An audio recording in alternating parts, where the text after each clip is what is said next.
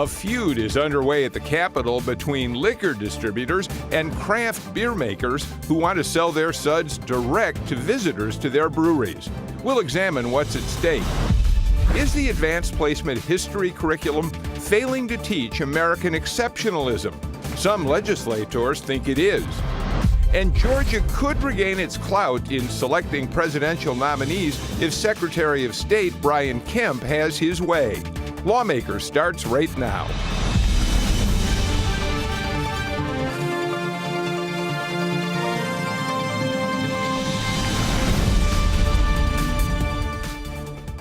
Good evening and welcome to Lawmakers. I'm Bill Nigut. It is day 10 of the 2015 legislative session. Tonight we're going to pop the top on the craft beer controversy and then tackle the furor over the founding fathers. Are they getting the respect they deserve in high school history? Some lawmakers say no. But first, Pat St. Clair brings us up to speed on what's happening at the Capitol. Pat? Thanks, Bill. Lieutenant Governor Casey Cagle's education initiative passed in the Senate today with bipartisan support. It would allow high school students who complete post-secondary coursework to receive a high school diploma. The bill's sponsor, Senator Lindsey Tippin, says this is not an easy way out for students. It's not about waiving rigorous graduation requirements, but about the substitution of other rigorous courses that are intensely focused and specialized in a student's chosen career pathway. The truth of the matter, today's graduation requirements are not always in sync with the realities of the 21st century job market. The bill now goes to the House. Also today, House Democrats held public hearings on Governor Deal's budget proposals for this year. This is the first time we've heard the Democrats' take on the governor's plan. We're definitely excited that the governor has increased his budget for education. It has increased over the past years, and we've been looking forward to that, but it's not quite where we want to see it. We're a little bit disappointed in the idea of cutting the funding for the employees and part-time employees, our cafeteria workers and our bus drivers. Just a year ago, we were applauding them for protecting our children during the snowstorm, and now we're taking away their benefits. One thing that Mr. Essick mentioned during his presentation was that if there was Medicaid expansion, then that might help them cover the gap. Is that something that the caucus will be fighting for this year? The caucus has not stopped fighting for Medicaid expansion, but this is looking at our bus drivers and our cafeteria workers. It puts a picture on the exact type of person we've been talking about. Hardworking people who wake up early in the morning to do very important jobs, but they don't meet that threshold. They're living in poverty, and all they need is the kind of health care that the Medicaid expansion would provide. Are there any other areas of the budget that you all are in agreement with, or any other areas that stand out that you would like to see more done? Well, as you know, the budget process is in the very beginning phases, and it will look completely different when it comes out at the end. So I'm sure as the budget process continues, there'll be other things that we will want to highlight that are important to us. But right now, we're really focused on the schools. In economic news, a big announcement today from the governor's office about Mercedes-Benz moving its corporate headquarters to Metro Atlanta. Today, I'm excited to announce to you that Mercedes-Benz USA has selected Sandy Springs as the site of their new headquarters. Now, Sandy Springs has a deep talent pool, and one that we hope will continue to grow as we work with our technical colleges and our colleges and universities to continue to provide the kind of workforce that companies like Mercedes-Benz USA will need. Mercedes CEO Steve Cannon presented the governor with a model of the Mercedes flagship car, the S-Class. Cannon says the company is excited to move to Atlanta, bringing at least 800 jobs and investing about $74 million in their new facility. People ask me why Atlanta, and I say, well, really, it's not just one thing. It's all the things added up. It's the business environment, it's the quality of life, it's the infrastructure, it's the schools that'll offer our people a wonderful quality of life. There was a hearing today at the state capitol on one of the more controversial bills in the House this session, the medical marijuana bill. Sponsor Alan Peake wanted to give supporters and those who are opposed to the bill, including some law enforcement agencies, an opportunity to be heard. We asked Peake about one of the main arguments being made against legalizing medical marijuana. What do you say to people who say that this could be a gateway to legalizing marijuana in the state? Well, I've heard that argument so much, it almost makes me nauseous every time I discuss it, because it's the furthest thing from the truth. Governor Deal has made it very clear that he will not support any legislation that moves us to legalization of marijuana for recreational purposes. So for the next 4 years, I can promise you, we're not going anywhere on that issue. I've made it very clear that I'll fight just as hard to prevent legalization of marijuana for recreational purposes in our state as I'm fighting for these kids to have access to cannabis oil.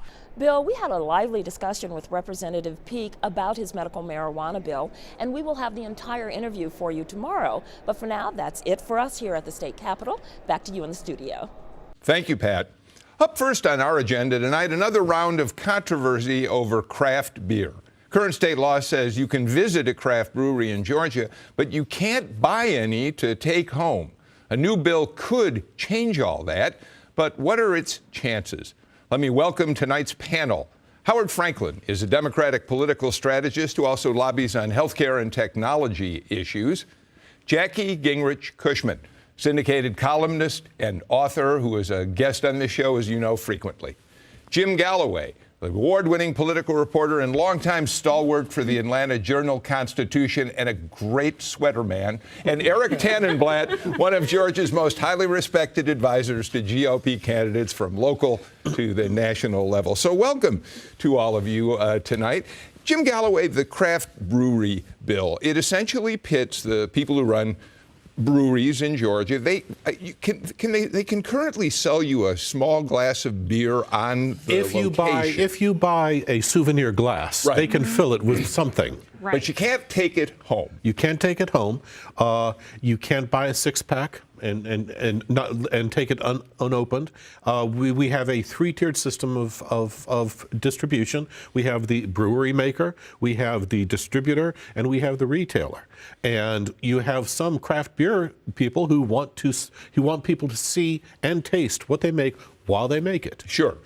And we should say, who's up on their history, this so-called three-tier system dates back to Prohibition. Yes, Prohibition. You know absolutely. the story? Yes, Jackie Cushman, you know the details on that? No, I was not around then, actually, believe it or not.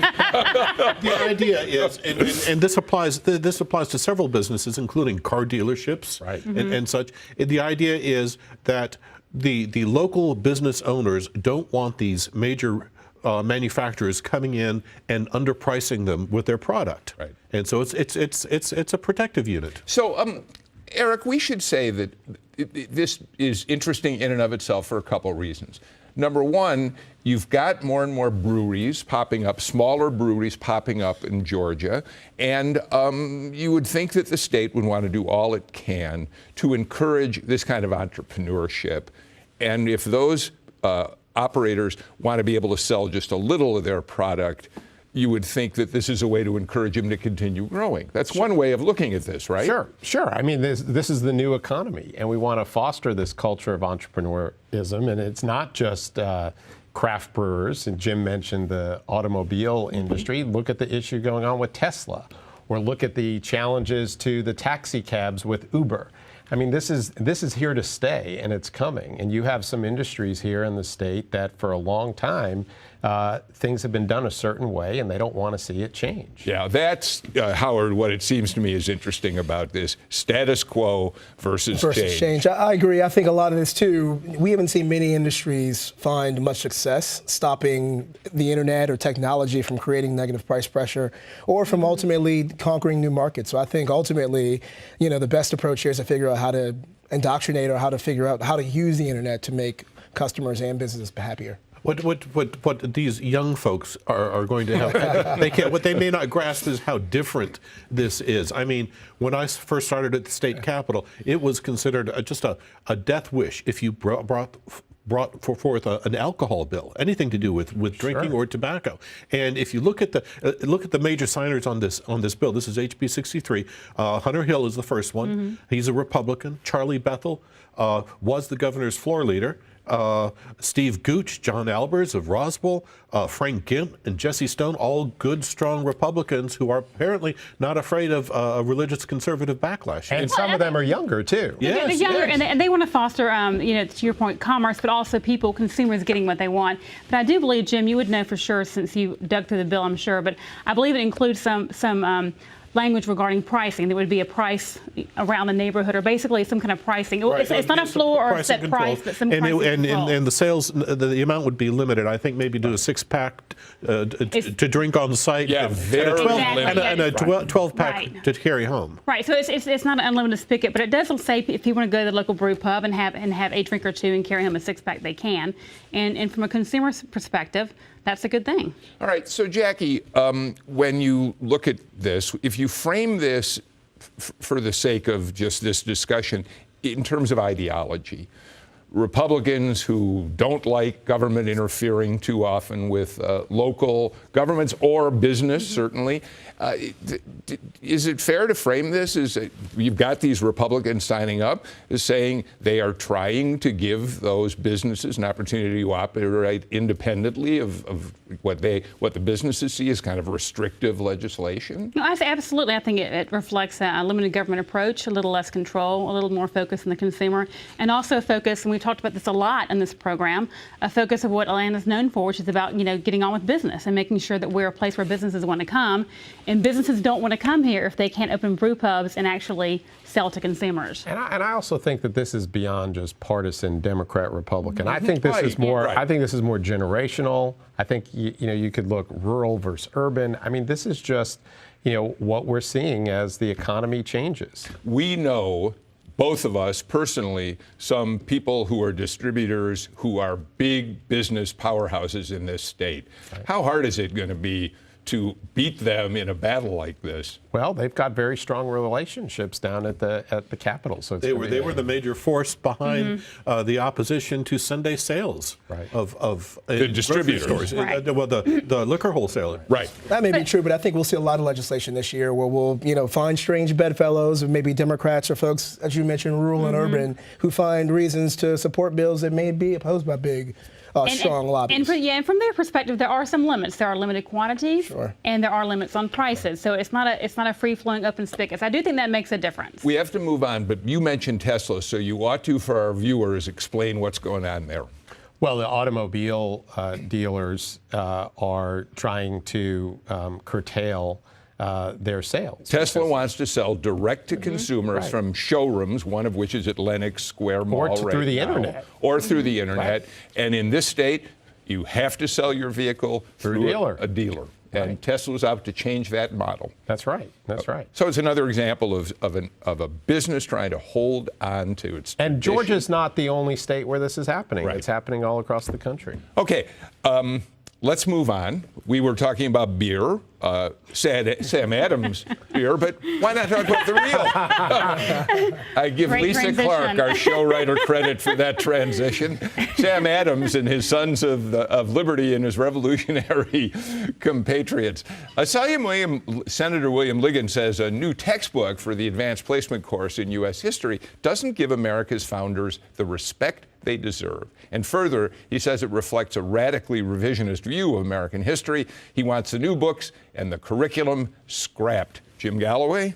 Well, there is I am told by a very reliable source that there is a T-shirt very popular among teachers right now, and that says, those who can't teach, legislate. This is kind of Common Core Part 2. You'll remember that William Ligon brought up the anti-Common Core legislation, and he failed. This is kind of a retrenchment of that, because we have yet another argument over what students are going to be tested on and what they're going to be taught on. I thought it was his resolution was very specific in where he thought the failings of teachers are right now, that they're not teaching the proper attitude that pioneers had in the 18th and 19th centuries during Western expansion, that they're not teaching that America is special enough, that America's uniqueness isn't being focused on, and they don't think that the constitutional framework is being addressed well enough. And I will tell you, I do know some history teachers, and they are under a whole lot of pressure to get from, say, 1450 to 2012 within a matter of X number of days. And they do move very fast, and they don't always hit every note that everyone wants them to see. We should point out that this is part of a national effort. There are other people in other states who are trying to look at AP curriculum. So there are some organizations out there that have been promoting this anti-AP course cause. Well, I think we should take a step back and look at it, because my perspective is, and I wrote it, my second book is called The Essential American. It includes 25 documents that every American should have. And it starts with Patrick Henry, Give Me Liberty or Give Me Death. It includes MLK and JFK. Includes a lot of Lincoln, because it's hard not to have a lot of Lincoln. And ends with George W. Bush. But my point is, I think we need to be very clear and careful what we teach our children, because that is the foundation for our next generation. And when you talk about America being exceptional, I think we need to be very clear. We're not talking about exceptional people. We're talking about an exceptional framework. And we are an exceptional framework. We believe in democracy. We believe in people going and representing people in Washington. We believe that people come first and government comes later. We have a very clear Constitution.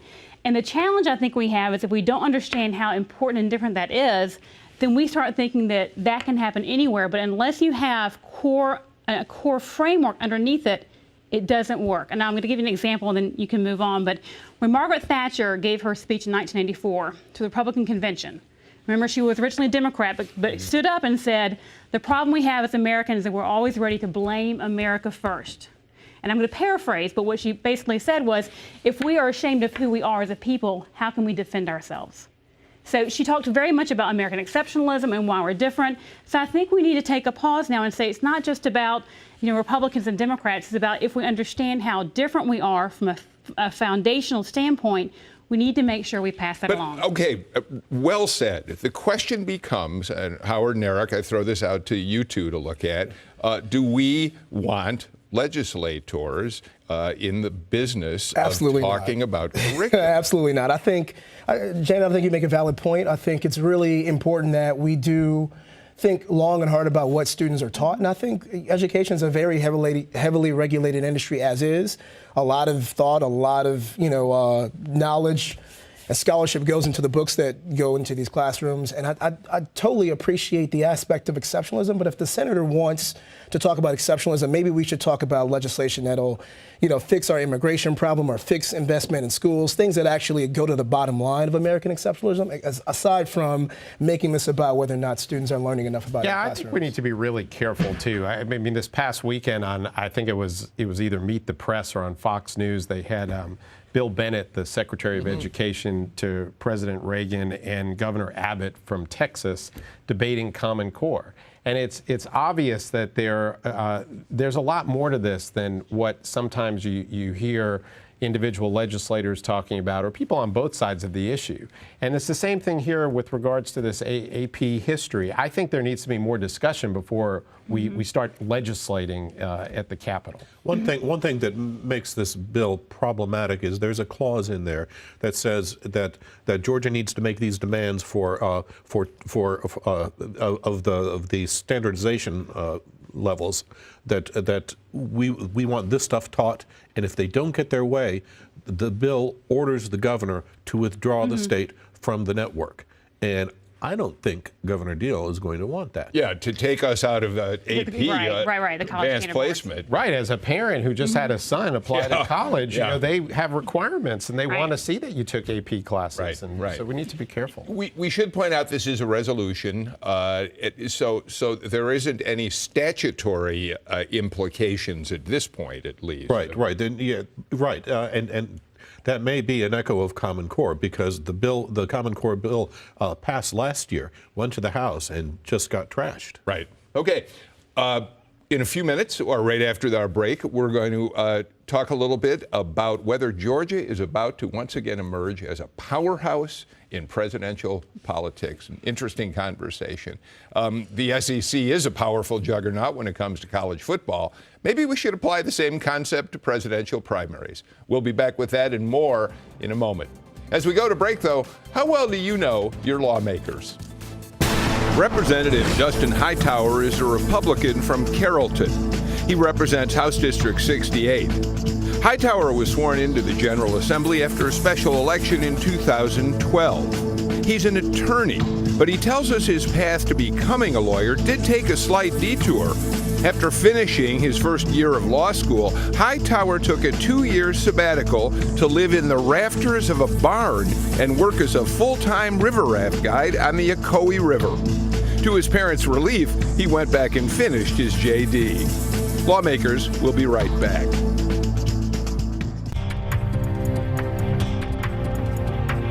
The chief officer of the Senate is the lieutenant governor.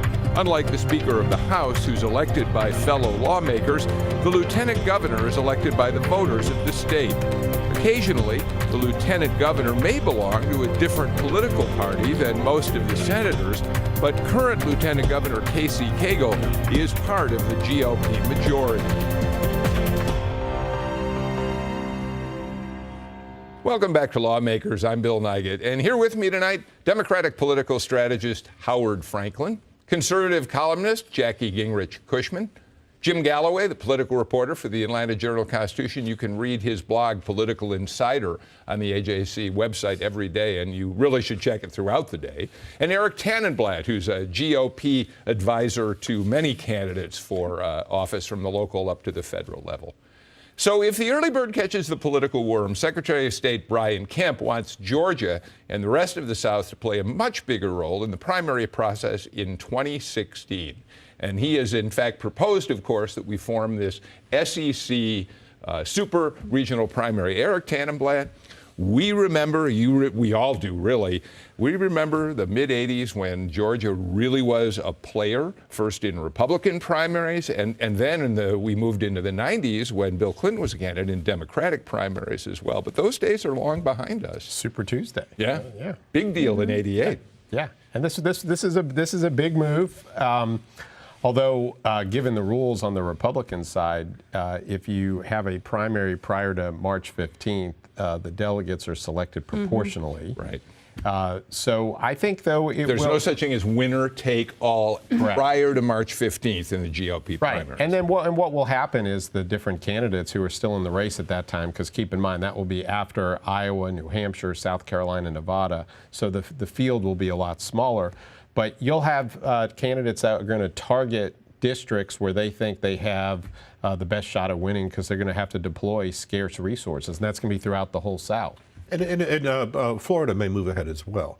I think what the charm of this idea that Brian Kemp has got is that it's a fairly limited field here. You would have Georgia, Alabama, Arkansas, Mississippi, Tennessee, maybe Texas. Right. And those are, relatively speaking, those are low-cost states if you're running for president. And I think that would give somebody like a Mike Huckabee, or somebody who's not going to have a whole lot of money, because this is going to be the most expensive presidential race ever. It will give them an opening to maybe survive yet another day. Yeah, I think, Jack, go ahead. I can tell you from my perspective, having watched this unfold last time around, I've been very happy to have that situation. My father won in South Carolina. It would have given him some momentum to come into an SEC type of area. So I think it'd be very beneficial from a Republican standpoint. And to your point, Jim, you can then, since it's not winner take all, you can kind of look at the map and figure out where could you do well, where could you pick up some delegates, and it does make a difference. Mike Huckabee, who was here last week, told, I think it was Todd, I know he was interviewed by Todd Ream, and I think it was in the Todd Ream interview that he said he loves the idea. Oh, he said this is a gift from God. That's right, gift from God. A Southern conservative candidate for president. But what it does do, though, is it does show the importance, as we've seen in other elections too, of the need to raise money, because it's going to prolong the process. Because it's not winner take all, you could have an SEC primary that gets divided up and keeps the race going. And so money is going to be key. I was going to say the same thing that Eric hit on the head, I'd say with the nail. In addition to stretching this thing out, I mean, I think it potentially prolongs a race that could be very, very spirited and contested for Republicans in 2016. I think as a Democrat, we say bring it on. Well, yeah. How is this going to impact on Democrats? You know, I've been talking to folks about it. What I've been told is that we don't really see a whole lot of impact for ourselves. I think also when you look at the candidates who put themselves up or in the conversation for president, 2016, we don't have a number of them who really would compete south of the Mason-Dixie line anyway. So, you know, more more likely than not, it's not going to have a whole lot of impact on our primaries immediately. So no opening in the South for a Democrat who dares to move in, is what you're really suggesting. Well, I would say, I think when we're talking about Hillary Clinton, I think you've got probably a presumptive nominee, or at least someone presumptive who could win a number of the states down here without much challenge from the other folks who are on the one thing that you have to say about this, give Brian Kemp his due, but the RNC, when they made this earlier, or in January, when they made out the debate schedule, they gave Super Tuesday the SEC primary no ink. Yeah. There will be no debate in the South, in the Deep South. Right. Are you discouraged by that? Oh, I mean, I would love to have a debate in the Deep South. Of course I would. I'm from Georgia. I grew up in Georgia. I was born in New Orleans, so I'd love to see that. But I do think it will help to have, at least if we can at least have the core states together. It was a real disadvantage last time to actually have Alabama and Mississippi later, because it did divert both your focus and your area. I think it would have been different if we'd had them pulled all together. In terms of whether or not it makes a difference in fundraising, I think to me one of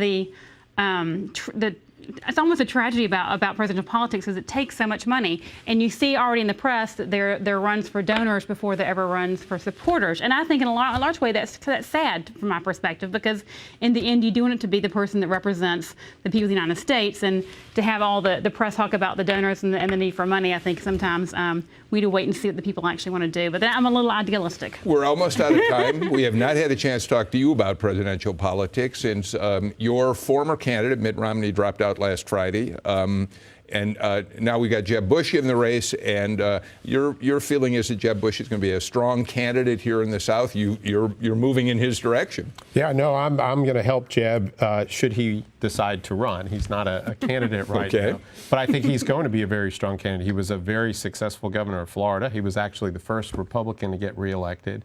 And even though there's a lot of misinformation about his record that is being, put out there, I think when people get to know him, they're going to realize that he's a strong conservative candidate. I'm going to give you one. You got about 10 seconds. So Jeb Bush, many people see him as a strong possible general election candidate, but he's got a much more conservative record than people realize. If I had to throw out a Republican that I'm more concerned about as a Democrat, I'd say Scott Walker as a blank canvas probably offers more as a general election candidate too. All right. We can start talking presidential politics now, because the campaign is really about to get underway, isn't it? Thank you all so much for being here. Howard Franklin, Jim Galloway, Eric Tanenblatt, Jackie Cushman. It's always a pleasure to have you with us. So day 10 of the 2015 legislative session is now a wrap. We'll be back tomorrow night with the latest news from under the Gold Dome. Stay in touch with us on social media or email us, lawmakers@gpb.org. Thanks so much for joining us tonight. Have a great evening. This is a GPB original production.